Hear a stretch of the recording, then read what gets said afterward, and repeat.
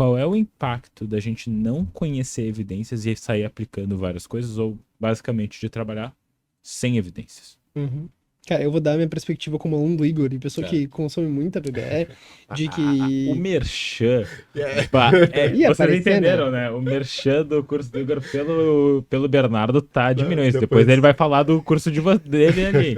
Mas esse é o aluno do curso. Exato. Depois eu acerto aqui o valor no cachê. Exatamente. Em defesa do Igor, eu pago outros cursos de PBR e poderia falar dos outros também aqui, tá? Ah. Eu sou um consumidor bastante Assíduo. empolgado por esse tipo de coisa. Tamo no top. Mas nessa perspectiva, um dos motivos que eu invisto muito na educação em PBE é porque eu não gosto de me sentir refém em termos de processos decisórios, assim. Claro, assim, ó, eu não tô dizendo que por exemplo, o psicólogo vai ter noção das evidências de cardiologia, que é um exemplo, ou vai ter noção das evidências de, sei lá, sono, ou, pensa numa área, oncologia, algo muito diferente. Eu não acho que cabe à pessoa ter noção de evidência de tudo que é área, mas cabe à pessoa ser um pouco menos refém de tá ali no limbo de, tipo, olha só, não tenho noção nenhuma de evidência, não tenho noção nenhuma do que tá rolando em termos de essa área aqui, esse desfecho de saúde, e nessa situação a gente meio que coloca a mão no fogo e tipo, olha só, eu preciso confiar nessa prescrição, preciso confiar nessa tomada de decisão, e eu, particularmente, nunca gostei de estar nessa perspectiva, então tudo que me tirava um pouco de ser refém, de, tipo, confiar em alguém que tava me escrevendo algo ali que eu olho e, tipo, não sei, mas eu não tenho o repertório para poder analisar isso, era muito importante para mim. Então, eu diria que eu sou bastante enviesado nesse processo, mas eu acho que a variável mais forte aqui é a gente fica refém, e nesse processo de ficar refém, muita coisa pode entrar. Pode entrar em gasto de dinheiro, pode entrar iatrogenia, que a gente acaba ficando pior em termos de condição de saúde do que a gente já estava, pode entrar perda de qualidade de vida no geral, pode entrar muitos fatores ali que basicamente são resolvidos não no sentido de que vou me tornar um profissional que sabe tudo sobre essa evidência, mas de que tem uma pessoa que, dentro da prescrição que a pessoa te dá, consegue te colocar numa perspectiva de, tá, não sei se isso faz muito sentido para mim, entendeu? Talvez essa evidência aqui diga sobre uma população X, que tem uma idade X e que tem uma condição X, mas para mim talvez não faça tanto sentido assim. Então, esse para mim é o maior ganho, de tu não ser refém de uma situação que, na área da saúde principalmente, ser muito complicado se refém dele. Eu acho que, ouvindo você falar, eu acho que isso me dá muita clareza, assim, pra gente entrar na parte de você se apropriar, de fato, das informações que estão te influenciando a tomar alguma decisão, sabe?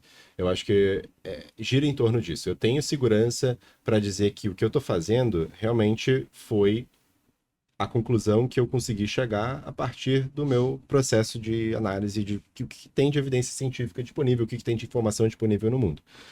Tirar as próprias conclusões, né? A partir do momento que você não consegue tirar as próprias conclusões, você, pelo menos eu me sinto assim, né? Eu me sinto no escuro, refém.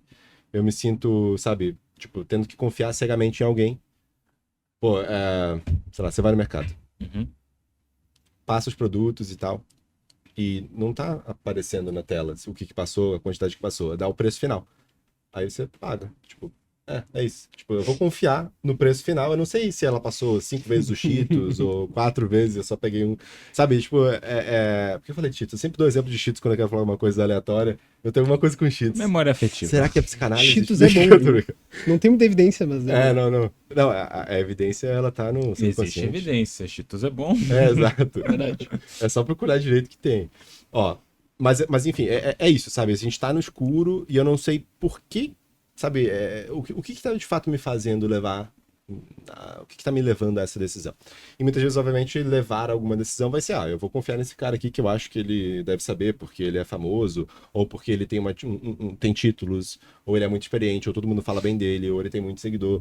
E tudo bem, gente, a gente vai ter várias pessoas com o mesmo número de seguidores, a mesma titulação, o mesmo tempo de experiência, falando coisas diferentes. E aí, em quem você vai confiar?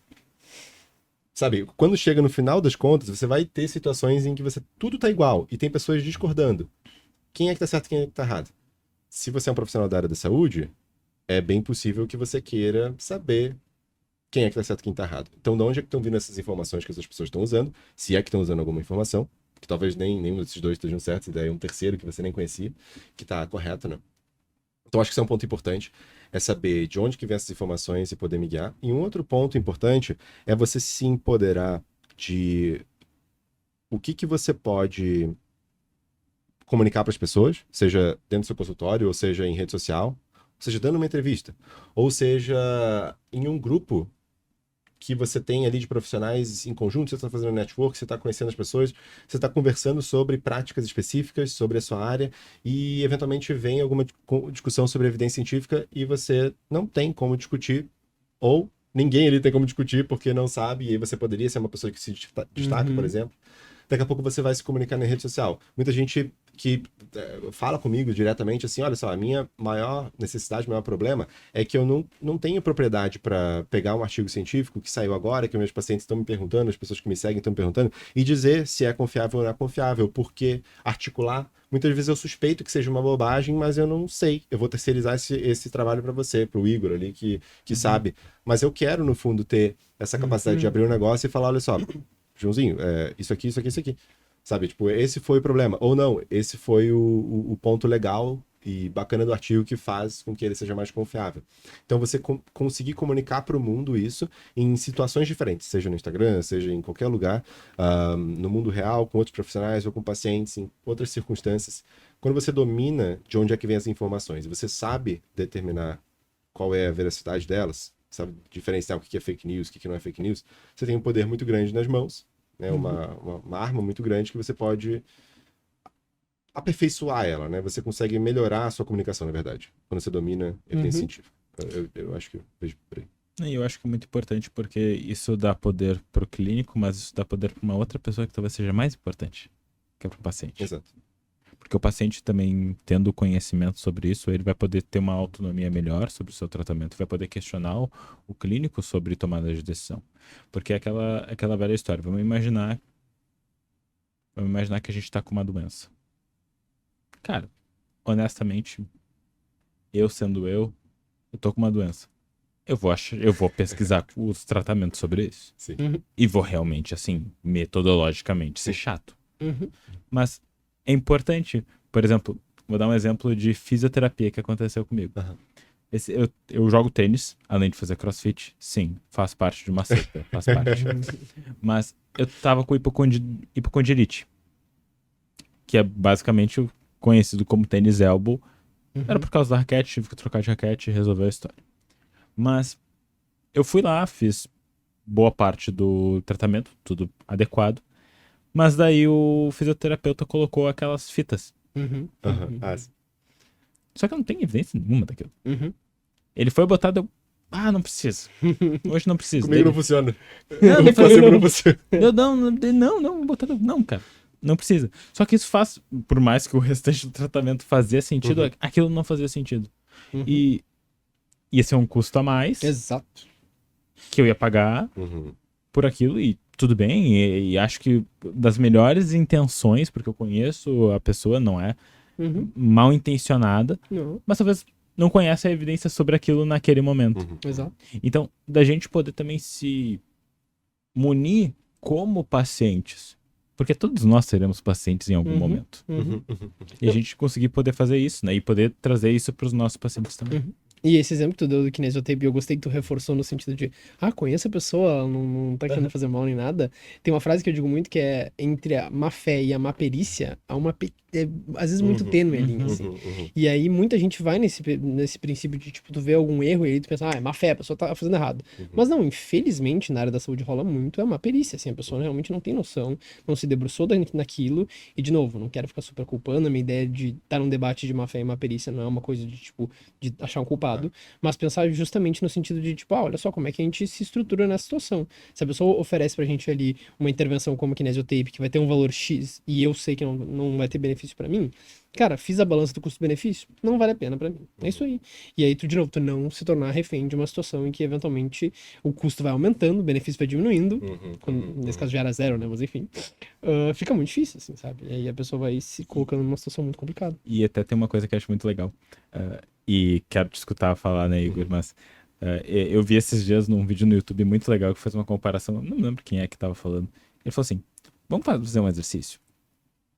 Se tu parar pra pensar no Bernardo e no Igor de 5 anos atrás, não tinham crenças, coisas que vocês realmente acreditavam, que hoje vocês olham e pensam, nossa, que bobagem. Então levem em consideração que as coisas que vocês estão acreditando hoje com tanta certeza também podem ser refutadas e também podem ser bobagem. E não tem problema. Mas é a questão da gente poder estar sempre se atualizando e sempre estudando. Mas tu ia falar, desculpa. Eu acho... bom, agora eu pensei em outra coisa que você falou. Vai lá. Não, mas eu queria só confessar que eu acreditava que ômega 3 e vitamina D fazia bem pra tudo. Não sei se... Mas... Eu tomava creatina pensando nos... Não ironicamente. É péssimo, tá? Isso, por favor, cortem... Não, mas... não, creatina eu tomava porque daí eu tinha paciência, né? Mas depois eu fui perdendo o saco. Mas assim, ó, o que eu lembrei de falar? Quando o Bernardo falou que é diferente e muitas vezes é uma linha tênue, né? Entre má perícia e má fé, de fato. E uma coisa que eu comentei recentemente, uma coisa que eu tive essa realização, assim, um insight que eu nunca tinha tido antes e que talvez faça sentido nessa linha de raciocínio da má perícia. Que muitas vezes, o que pode acontecer? Com a pessoa que acredita que o kinesiotaping pode fazer... Pode ser benéfico. Muitas vezes a pessoa tem ciência de que não existe uma evidência muito boa. E ela não se aprofundou muito para entender se tinha evidência de ausência ou se era só uma ausência de evidência e basicamente, mais estudos poderiam... Tu consegue só explicar, pessoal, o que é claro. De ausência só para eles entenderem? É uma troca, é um jogo de palavras que muitas vezes confunde a maioria das pessoas que até fala isso, né? Mas basicamente a diferença seria você ter a ausência de uma prova de que alguma coisa existe ou de que alguma coisa funciona, ou de que alguma coisa não funciona, tá? Então eu tenho a ausência de uma prova, que é totalmente diferente de uma situação em que eu tenho a prova de que esta coisa não está presente, de que não funciona, de que não existe. Então, a gente pode, em termos factuais, assim, você poderia pensar em situações muito fáceis e simples e intuitivas de interpretar isso. Por exemplo, eu tenho ausência de evidência, ou seja, não tenho prova de que existe um elefante no meu quarto. Um elefante rosa, sei lá, no meu quarto. Eu não tenho prova de que existe. Mas eu também não tenho prova de que não existe, sabe? Então, você não sabe se existe ou se não existe, porque você não tem prova nem de que existe nem de que não existe. Fazer essa diferenciação prática é fácil, é intuitivo, mas dentro da ciência é um pouco mais complexo. Porque dentro da ciência, a ausência de evidência, ela pode indicar diversas coisas. A gente pode chegar nessa conclusão por diversos caminhos diferentes. Um dos caminhos é simplesmente não ter nenhum estudo. Então, ninguém conduziu nenhum estudo testando consumir 500 ml de água para tratar dor de cabeça em crianças com otite média. Nessa população específica, essa intervenção, à meia-noite. Tá, vamos só para deixar mais específico, para realmente não existir. Para não existir. Então não temos essa evidência, não foi conduzido esse estudo, esse trabalho, tá? A ausência de evidência, beleza. Só que podem ter sido conduzidos alguns trabalhos, só que eles eram tão ruins e de qualidade metodológica tão duvidável que a gente tem uma certeza tão baixa na evidência que a gente fala, olha só, essa evidência é tão incerta que eu também vou tirar a mesma conclusão, a ausência de evidência. Ela e nada é a mesma coisa, ela tem, a gente chama isso de valor preditivo, quando a gente pensa no raciocínio bayesiano. Ela tem nenhum valor preditivo, porque ela não vai mudar em nenhum grau a sua opinião prévia de que eu não sei se funciona ou não, se trata realmente de dor de cabeça em criança com otite média, esse negócio de água aqui, esse copo de água. Então eu tô na dúvida, eu tenho uma ausência de evidência, eu simplesmente não sei dizer se funciona ou não. Pronto, essa é a minha conclusão, não sei. Agora, se eu tivesse uma evidência de ausência, eu teria vários estudos nessas crianças conduzidos, mostrando consistentemente, com boa qualidade metodológica, de que de fato não serve para absolutamente nada. Não tem diferença nenhuma entre essa água ou não tomar água, ou tomar alguma outra coisa, um Gatorade, sei lá, qualquer coisa. Então, a gente mostrou convincentemente que não trata dor de cabeça, nem trata otite média, não trata nada. Assim, ó, é uma evidência clara de ausência de benefício, ausência de efeito. E aí a gente tem aqui uma situação que é difícil acontecer na medicina, na evidência em geral, porque você precisa ter muita precisão no resultado. Você tem que ter muito poder estatístico para você gerar um resultado que vai te convencer suficientemente de que tem ausência de qualquer efeito. Então, evidência de ausência. Além disso, você só vai conseguir refutar alguma ideia, ou seja, uma evidência de ausência de verdade, para uma situação específica dentro de um estudo. Então, você não vai conseguir refutar todas as hipóteses de ivermectina para a COVID. É impossível. Você vai conseguir refutar as que foram testadas no trial. Aí vem aquela falácia de mover a goleira, né? Do goalpost shifting, né? Que é basicamente, mas você não testou com essa dose. Você não testou nesse timing. Você não testou em adjuvância com esse negócio. Aí, obviamente, você não vai conseguir refutar todas as hipóteses. O que eu tava falando antes? Má fé e má perícia, que no caso são cenários drasticamente diferentes esse, né? Exato. E aí uma coisa que eu acabei pensando sobre isso é que muitas vezes, beleza, a pessoa vai ter essa má perícia, não vai conseguir interpretar a evidência, às vezes nem tem essa evidência. Uma consequência disso é ela pensar, não tem evidência, mas eu posso testar na prática, eu posso ver se funciona. E esse testar na prática, ele pode ser perigoso muitas vezes, porque muitas vezes esse teste pode ser feito adequadamente, mas esse teste pode ser feito de uma forma que vai te levar a tirar conclusões precipitadas do negócio. Quando você usa o kinesiotaping, não tem evidência, mas eu vou testar. Mas você vai testar criando expectativa no paciente, induzindo certas respostas quando ele voltar. Criando certas crenças no paciente, ajudando ele a acreditar no tratamento, que você já queria acreditar. E muitas vezes isso vai ser feito subconscientemente, né? A pessoa não vai nem... Não é minha intenção enganar o paciente, mas você está enganando. E aí essa sua experiência, essas tentativas, em que você engana o paciente, em que você induz certas respostas, que você induz mudanças comportamentais, e que a sua abordagem com o kinesiotaping pode até estar melhorando a aderência dele ao tratamento normal, que tipo, seria teoricamente benéfico, mas ela não deveria estar sendo condicionada ao uso de um placebo. Você deveria estar tendo a eficácia plena sem o auxílio dessa muleta aí, desse teatro.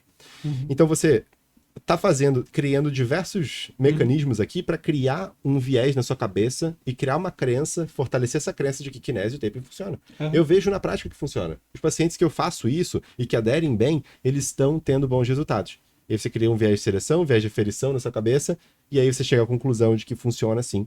E aí vem uma crença prévia aos estudos já muito grande, na sua cabeça é extremamente plausível que funcione, tudo converge para que seja eficaz, e aí se vem um estudo novo não, é o primeiro estudo, porque vamos supor que não tinha evidência nenhuma. Vem um estudo mostrando que não funciona, cara, não, isso aí não tá errado, porque na prática eu vejo que é bem diferente. Há 20 anos que eu tô fazendo esse negócio, sabe? Tipo, você criou certos vícios cognitivos. E aí vem a questão de viés do custo afundado também, que a pessoa já tem 20 anos investindo naquilo. É o investimento, né? Exato. Porque tu tá investido naquilo e eu acho que isso é um troço tão difícil da gente conseguir medir, porque a gente tá investido nas nossas práticas. E vamos fazer eu faço, por exemplo, o meu. Cara, o pessoal me conhece que eu trabalho com terapia do esquema. Mas eu tenho, assim, por questões de valores meus, de que se tiver evidência que realmente mostra que é pior e tudo mais, e não funciona, não vou trabalhar. Mas eu não vou mentir, me doeria bastante também. Mas eu acho que é a gente poder ter humildade nisso. E de entender que tu não precisa largar uma teoria e dizer que não tem problema, porque eu tô acima disso. Então, cara, dói. Dói. E eu acho que envolve uma percepção de que a gente investe em ideias. Fazer uma comparação boba, mas que vai fazer sentido. Quando a gente deixa de acreditar no Papai Noel, dói. Mas a gente daí tem evidência que não existe o Papai Noel. Mas não quer dizer que não vai doer, porque tu teve uma construção disso. Mas entender que não é...